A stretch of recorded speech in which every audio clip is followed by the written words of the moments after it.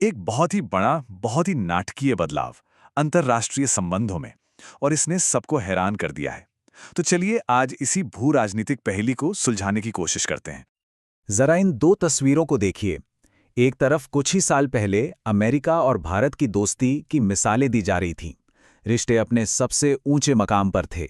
और दूसरी तरफ चीन के साथ तनाव मतलब चरम पर था। लेकिन आज आज देखिए पूरी बाजी ही पलट चुकी है। तो सवाल यही है कि ये हुआ कैसे? एक जो इतना करीबी पार्टनर था और एक जो इतना बड़ा प्रतिद्वंदी, अचानक इनकी जगह कैसे बदल गईं? क्या हुआ था पर्दे के पीछे? आइए इसी रहस्य से पर्दा उठाते हैं। चलिए शुरू करते हैं। इस कहानी को समझने के लिए हमें थोड़ा पीछे जाना होगा, उस वक्त में जब ये बड़ा बदलाव आया। अब देखिए ये टाइमलाइन कितनी तेजी से सब कुछ बदला। फरवरी 2020 अमेरिका के साथ नमस्ते ट्रंप जैसा बड़ा इवेंट हो रहा है।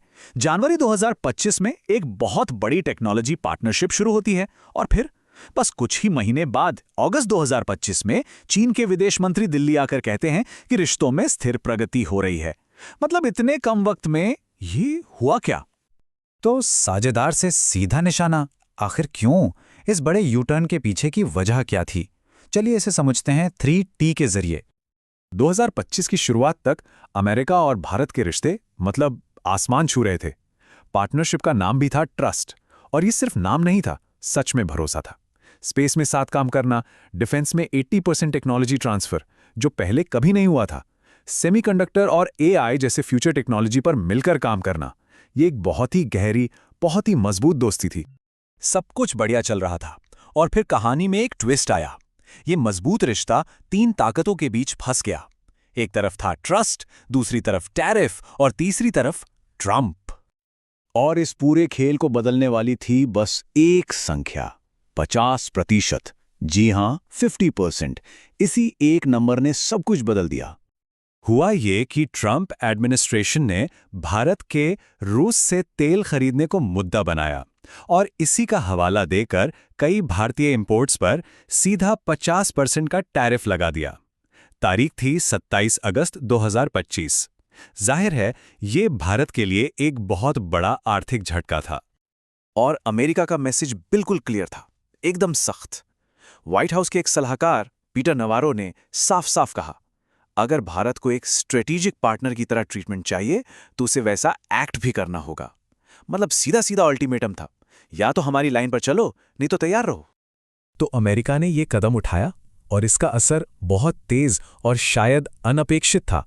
भारत और चीन के बीच अचानक नज़दीकियां बढ़ने लगीं। एक ऐसी सुलह जिसे ड्रैगन एलिफेंट टैंगो कहा जाने लगा। अब भारत ने ऐसा क्यों किया? इसका जवाब भारत की फॉरेन पॉलिसी के एक कोर प्रिंसिपल में है, स्ट्रेटेजिक ऑटोनॉमी। आसान भाषा में कहें तो हम किसी एक टीम का हिस्सा बनकर नहीं रहेंगे। हम अपने फायदे के हिसाब से, अपने हितों को देखकर अलग अलग देशों के साथ पार्टनरशिप करेंगे। और इस मुश्किल घड़ी में यही सोच काम आई। और देखिए, ये सिर्फ कोई किताबी बात नहीं है। भारत इसकी तैयारी कई सालों से कर रहा था। इन आंकड़ों को देखिए जरा। पिछले 10 साल में अपना डिफेंस बजट लगभग 3 गुना बढ़ा लिया। देश में ही हथियार बनाने का काम 200% से ज्यादा बढ़ गया। और सबसे कमाल की बात, डिफेंस एक्सपोर्ट यानी दूसरे देशों को हथियार बेचना 34 गुना बढ़ गया। ये नंबर्स नहीं है, ये आत्मनिर्भरता की कहानी है। इसी ताकत ने भारत को ये हिम्मत दी कि वो किसी एक देश पर निर्भर ना रहे और ऐसे बोल्ड फैसले ले सके।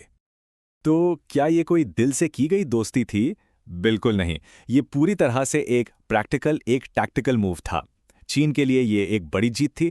उसे अमेरिका की इंडो पैसिफिक स्ट्रैटेजी को कमजोर करने का मौका मिल गया। और भारत के लिए? भारत के लिए ये एक जरूरी कदम था।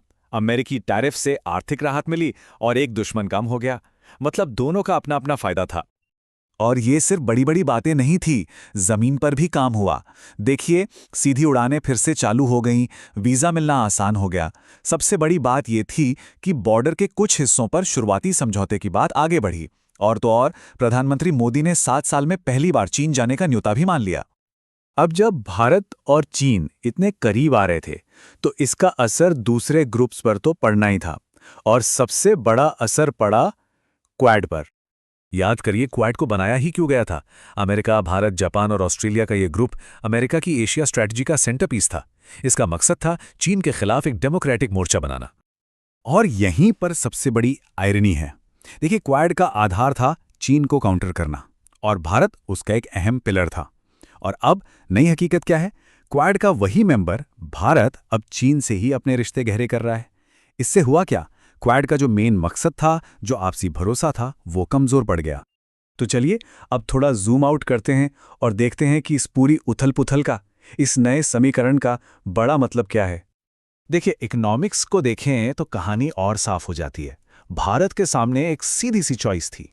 एक तरफ था अमेरिका, सबसे बड़ा ट्रेडिंग पार्टनर, जो अब जबरदस्त टैरिफ लगा रहा था, और दूसरी तरफ था चीन, दूसरा सबसे बड़ा पार्टनर, जो अब अपना मार्केट खोलने को तैयार था। फैसला मुश्किल जरूर था, लेकिन आर्थिक रूप से बहुत साफ था। और इसका असर सिर्फ भारत चीन तक सीमित नहीं है। इस मेल मिलाप से एससीओ और ब्रिक्स प्लस जैसे ग्रुप्स को और ताकत मिलती है। ये वो ग्रुप्स हैं जो एशिया लेड हैं और जो वॉशिंगटन के दबदबे से बाहर काम करना चाहते हैं। चीन की तरफ से भी ऐसे ही सिग्नल आए। उनके विदेश मंत्री वांग यी का ये बयान देखिए। वो कह रहे हैं कि पिछले कुछ सालों का तनाव किसी के भी फायदे में नहीं था, और अब जो स्थिरता आई है उससे दोनों देशों के लोगों को खुशी है। तो आखिर में ये हमें एक बहुत बड़े सवाल पर लाकर छोड़ देता है। आज की इस दुनिया में जहां हर देश अपने शॉर्ट टर्म फायदे को देख रहा है, क्या लंबी चलने वाली स्ट्रेटेजिक पार्टनरशिप की अहमियत कम हो गई है? क्या अब दोस्ती और दुश्मनी सिर्फ लेन देन तक ही सीमित रह गई है? ये एक ऐसा सवाल है जिसका जवाब आने वाला वक्त ही देगा।